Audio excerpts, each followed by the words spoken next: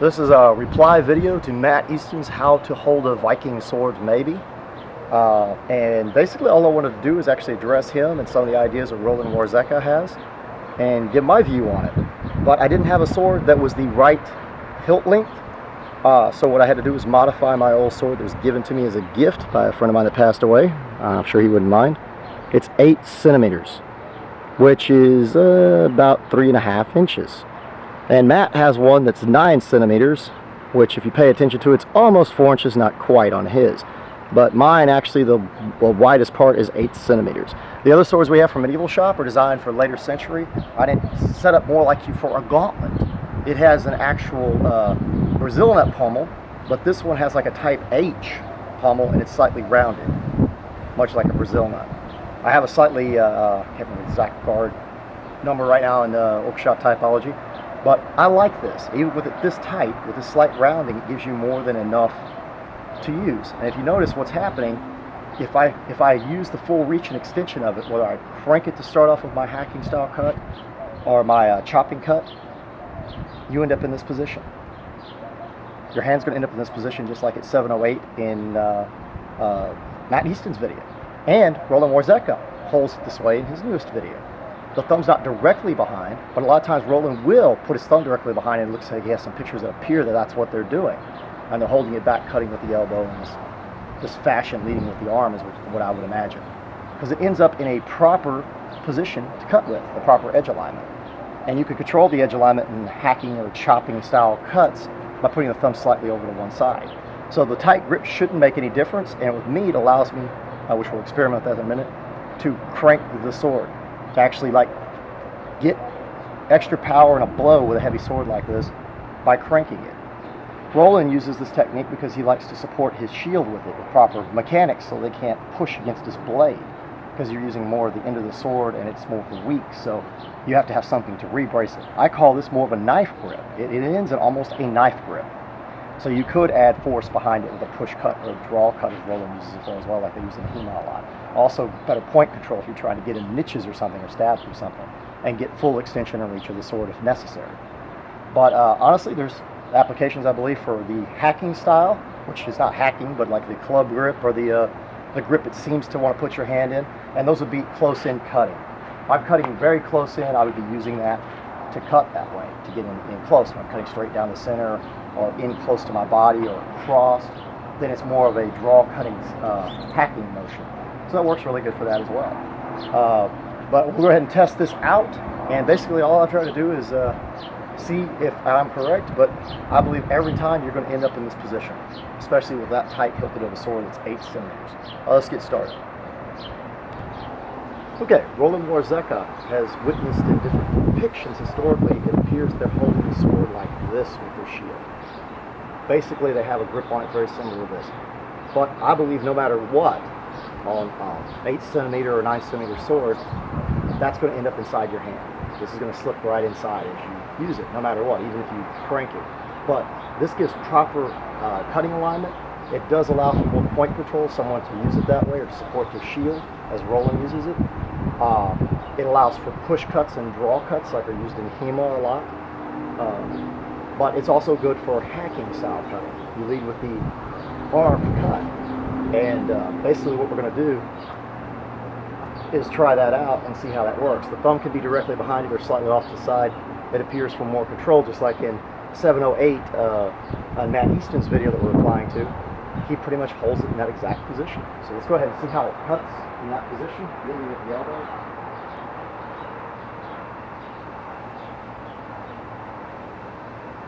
So warm up there, and I'll go ahead and throw a cut. Beautiful cut. We got a little tearing on the back, but if you look at how much we cut through, that was excellent. So it gives you proper edge alignment. And this here being a little over 2 inches, 2-inch roll, I'm quite impressed. And then there's my idea of the technique, and Matt was talking about how you can use the actual hilt, hold on to it, and just allow it to move. I like doing this. If you're watching what my hand's doing, I'm almost in this position, but as it goes forward, I'm ending up in this position, the exact same position. And what I'm trying to do here is bring this all together. Sometimes it may have not been in that position. It may have been in other positions if you were holding it and ended in that position in the cut, because that is a proper edge alignment, and you can actually increase how much power you get in a strike. And some of the sagas speak of the power of blows, because they're trying to hit through multiple layers of cloth. 15 to 30 layers of cloth will stop most edges, but you might still break a shoulder if you're lucky or something. So I think that they would actually sometimes throw blows of power, like cutting or hacking, whatever you want to consider, not a actual draw cut or a push cut. Let's go ahead and see how my technique works, how I normally cut with this hilt, and if it gives me any problems. And it cut just the same. I got a little bit of more tearing here, but this isn't really wet, if y'all can tell. Just wanted something to cut on as a medium. You kind of tell this is not even really wet inside here. But we managed to make it clean through. Alright, this cut gives you very little reach. I just want to throw that in and try it out. But like I was speaking of cutting in close, because your sweet spot of the sword, which Matt Easton's talked about that, on this one's somewhere in this area. The tip will cut very good with these really thick, broad swords. And they were that way because they had to make them that way so they'd be durable in combat, and they also added extra heft behind anything if they were trying to hit through padding, leather, light chain, and some padding, and they wanted to maybe cause some hurt on the guy anyway if they couldn't cut it. But anyway, let's go ahead and see if we can cut this way. What I'm going to do is be cutting literally, like I do a lot of times with the Bronze Age swords, but I think they were designed that way because this causes more of a draw cutting motion to slice through. So I'm going to step in. I'll be much closer if you see what's going on. I'll try to cut through this. As you see, we got a cut as well. It cut clean through. Not really pretty at the bottom, but we cut at an extreme angle, and it made it completely through. This is so dry. I can't believe that I've got dry newspaper. Sorry guys. We were meant to shoot this yesterday, and I just let them overnight and didn't think I should re-soak them. So they've been like drying out for like over a day. Stuff's like, it's dry newspaper almost. Oh well. But anyway, you notice how close I was when I made the cut and stepping in, that I still cut with the sweet spot of the sword. And in some situations that will work, if necessary, and then you would be using your hammer grip. Big cut.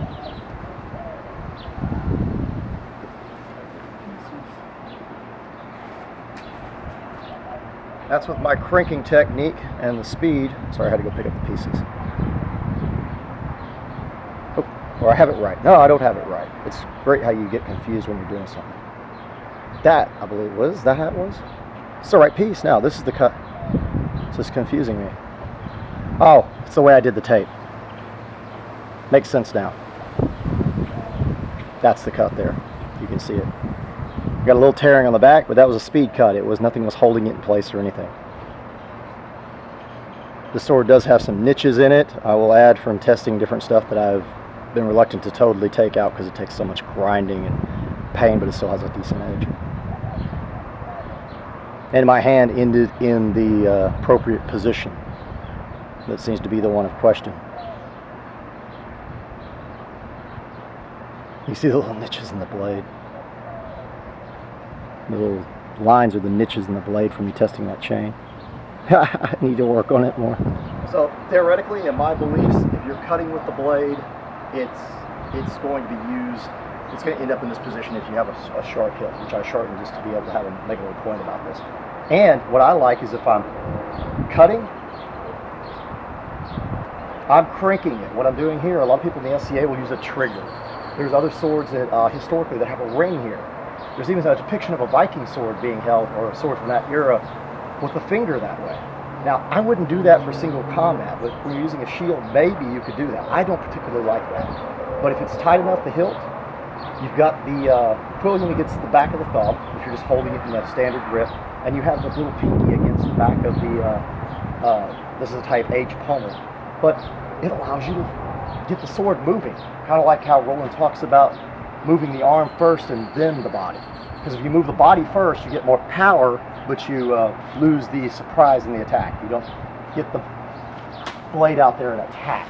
You kind of, you're moving first. He sees your body telegraph. And you can get a lot more speed and power in a quick hit like that, or a quick cut.